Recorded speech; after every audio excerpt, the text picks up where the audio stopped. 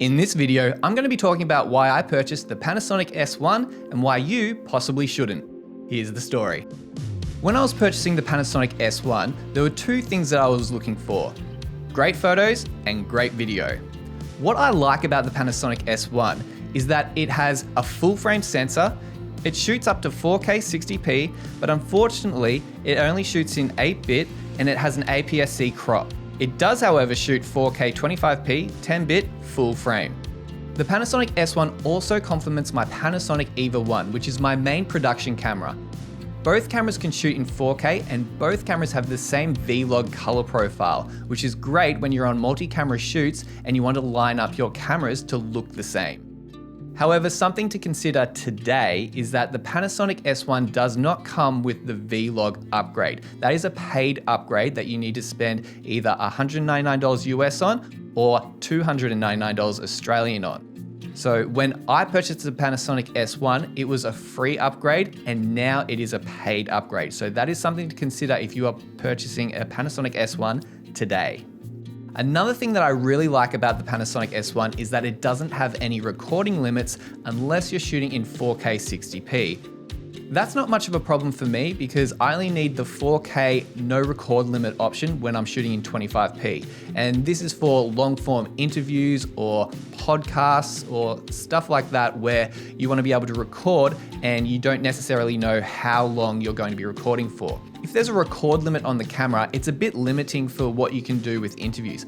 I don't like starting and stopping interviews, so it's a bit awkward that if there was, say, a 30-minute record time limit on the S1, and I'm recording an interview, and then all of a sudden it gets to 30 minutes, the camera stops recording. It could have been a very emotional interview, and then I've got to say, sorry guys, we've got to stop and start again. That's not ideal. That breaks the flow of the interview, and I really don't want that to happen when I'm recording interviews or podcasts. So having no recording limit when shooting in 4K 25p is essential. Panasonic S1 also boasts over 14 stops of dynamic range. And if you don't know what dynamic range is, Google it. Or leave a comment below and let me know if you want me to make a video on it, and I'll do my best to do that. Now, the build quality on the Panasonic S1 is something that I really like. I like how big the camera is. It fits well in my hands and it doesn't feel too small. It doesn't feel cheap. It's not too heavy. It is a bit heavier than other mirrorless cameras. I think one of the big draws for mirrorless cameras is they're small and light and you can take them for street photography and move around and run and gun and all that kind of stuff. This is a little bit heftier, it is a little bit bigger, but that doesn't bother me for the projects that I shoot with, but that is something that you might want to consider. The camera is also weather sealed, so if you're outside and you're taking photos or taking video and then it starts to rain, you don't have to worry too much about droplets hitting your camera and causing it to shut down and blow up and cease to work. And although I wouldn't suggest that it's waterproof, you don't have to worry too much about the rain or dust or anything like that getting into your camera. Unless you're taking your lenses off, and then you probably should worry about water and dust and all that hitting your sensor. But if you do get dust or anything on your sensor when you're changing your lenses, I have made a video which you can check out up here, and that will show you how you can clean your sensor. And if the camera isn't big enough already, you can also add a battery grip as well to make it even bigger, which is great. It extends your battery life, and the battery life on the Panasonic S1 is quite good as well. I've found that a single battery can last over 2 hours, and then if you have the battery grip, it'll last over 4 hours. So if that sounds like a good runtime for you, the Panasonic S1 is a great investment. And if that doesn't sound like enough battery for you, you can also hook up a power bank and connect it to the Panasonic S1's USB-C port, and that will give you even more battery time. And I've found that that's ideal for doing things like time lapses or anything that you need extended power for and you don't have any mains power available to you at the time. Panasonic S1 also has a variety of slow motion features, but this isn't something I've really delved too much into, so I can't really speak too much about that. It is nice to know that it's there, but it isn't necessarily something I go running to on a daily basis. I typically find 50p is slow enough for most of the stuff that I want to record, and then if I want to go even slower, I'll most likely only go up to 100 frames or 120 frames per second. But the Panasonic S1 does have the ability to shoot up to 180 frames per second in full HD 1080p. Now the Panasonic S1 does have an L mount, which does restrict the amount of lenses you can use natively onto the camera itself. That's where the Sigma MC21 comes in, and this allows you to adapt EF lenses to the Panasonic S1. So I've got a variety of Canon EF lenses, and this adapter does come in handy when needing to adapt those lenses to the Panasonic S1. The main problem with this adapter is that it does not include continuous autofocus. It does do single autofocus, but not continuous. So if you're needing a camera system that uses EF lenses and also has rock solid continuous autofocus, Panasonic S1 isn't necessarily the camera for you. So if you can't use your Canon lenses that well on this camera, you're then forced to invest into L mount lenses. Now I have done some tests with the one L mount lens that I have, which is the Lumix S24-105 f4 lens, and although it does have a very versatile focal length, and I do not find that the f4 is that crippling in getting the kind of shots that I want. Normally I look for an f2.8 in the lenses that I get, but having the f4 on the S1 isn't really that bad. If there isn't enough light, I just bump the ISO up, and generally, because it's a full frame camera and the images on this camera, depending on the picture profile that you're using, are quite clean, I can just bump the ISO up and whatever noise comes out is normally acceptable for me. And because it's a full frame camera, I find that the low light sensitivity is a lot better than other cameras that I've used in the past, like the GH4.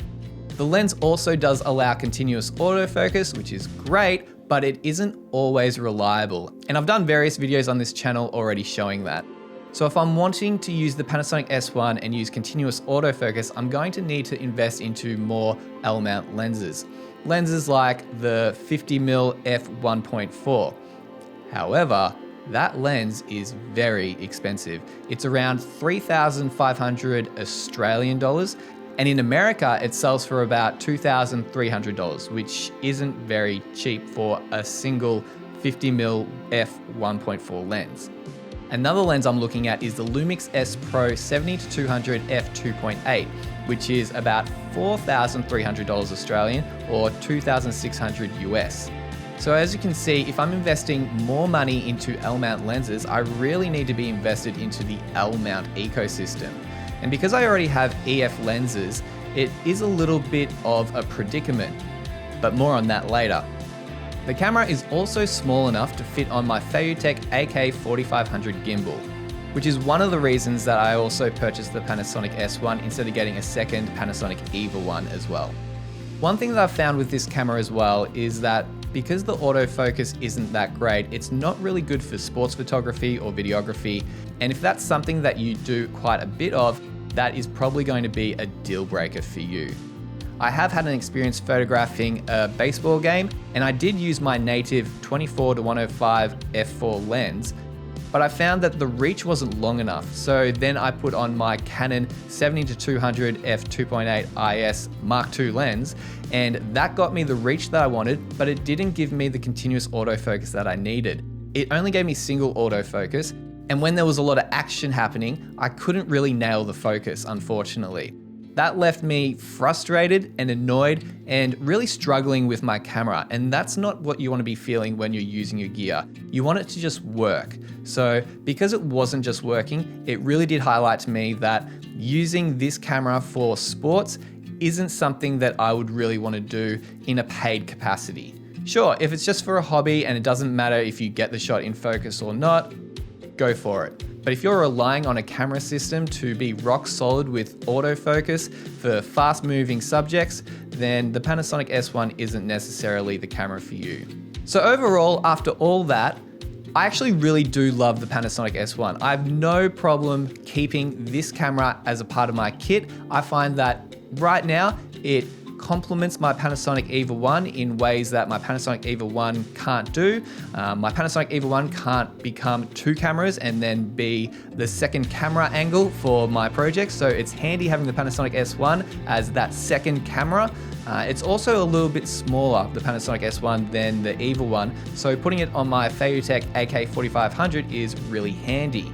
Also, if I don't want to have a big video camera setup and I want to be a little bit more discreet, having the Panasonic S1 is really handy as well, because sometimes when you walk into a room with the Panasonic S1 with the monitor and all the bits and bobs connected to it, it can be a little bit intimidating to a subject. If I'm wanting to be a little bit more discreet, if I'm wanting people to be a little bit more relaxed while I'm filming, then having a camera like this might do the job just as well. But the camera isn't perfect, and the two biggest downfalls I find with this camera is that it does shoot 4K 60p, but only in 8-bit, and it does have a APS-C crop and a recording limit. Recording limit isn't that big of a deal, but the fact that it doesn't have the 10-bit and it crops into an APS-C size shot, that's a little bit annoying. I can work around it and I can just deal with it, but ideally I would like to have the full frame camera show me the full frame image and also in 10-bit. Now, I keep talking about 10-bit. What's the big deal between 8-bit and 10-bit? And from my experience, if I'm shooting Vlog, which is my preferred picture profile in the Panasonic EVA 1 and the Panasonic S1, if I'm shooting in 8-bit, it doesn't give me the flexibility when I'm editing to get the shots as nice as I want them to be. The image can look a little bit blotchy, and there's just a lot of things that can go wrong when you're shooting a log profile with 8-bit. And I have done it before. I have shot 8-bit 4K Vlog, and then when I got the footage back to the edit suite, I wasn't very impressed with what I got. Luckily, that wasn't a paid shoot. That was just doing a test. It was good that I tested it out, because from that moment, I was able to make the decision that whenever I shoot Vlog, it has to be 10-bit. So that's one of the standards that I have when looking at cameras and shooting in Vlog or a log profile. Now, there are workarounds to recording the 4K 60p 10-bit out of the Panasonic S1. You can do that, but you need an external recorder like the Atomos Ninja 5.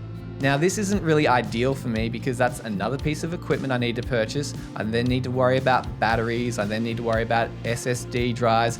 I then need to worry about recording in ProRes, which are larger file sizes, which then means projects are going to be bigger, which means more hard drives.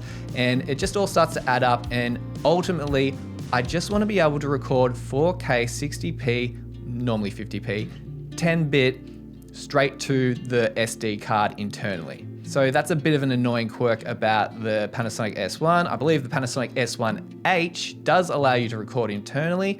However, we're not talking about the S1H, we're talking about the Panasonic S1. So we'll just move on from there. And the second thing that I find limits this camera is the autofocus. I keep talking about it, and it is something that keeps coming up, but I do see going forward autofocus being something that is, when done right in the camera system, really useful for photographers and videographers alike when using these hybrid cameras. Yes, having the skill to manually focus an image is ideal, but humans make mistakes, and if the tech in a camera can get to the point where continuous autofocus is reliable, that is definitely a feature that I really would like to have at my disposal. So going forward, this leads me to a bit of a predicament. Do I keep putting money into the Panasonic S1 L-mount system, or do I carry on investing into Canon EF lenses and possibly RF lenses into the future? As some of you might know, Canon is releasing some new mirrorless cameras in the not too distant future, hopefully, and more information is going to be coming out about the Canon EOS R5 and EOS R6 in the next few days. The Canon EOS R6 is definitely something that has piqued my interest, and depending on how relentless the Canon Cripple Hammer is, it could very well be my next camera purchase.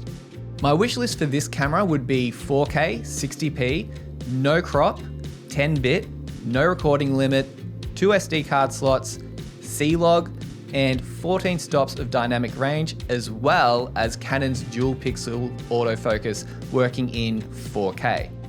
Now, if I could get all those features, that would pretty much be the perfect solution for the majority of the projects that I work on.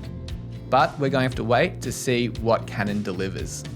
And if I do get the Canon EOS R6, I can use my existing EF lenses on that camera if I purchase the EF to RF adapter. And with my experience from using the Canon EOS R, that adapter doesn't take away any functionality from the lenses, and the continuous autofocus will be just as good as if I was using a native lens on the R6 body, which is really encouraging for me. And if that's the case, then I won't need to be forking out extra money on RF lenses, which are quite expensive, much like the L-mount lenses as well. You can see a bit of a pattern here, lenses are quite expensive.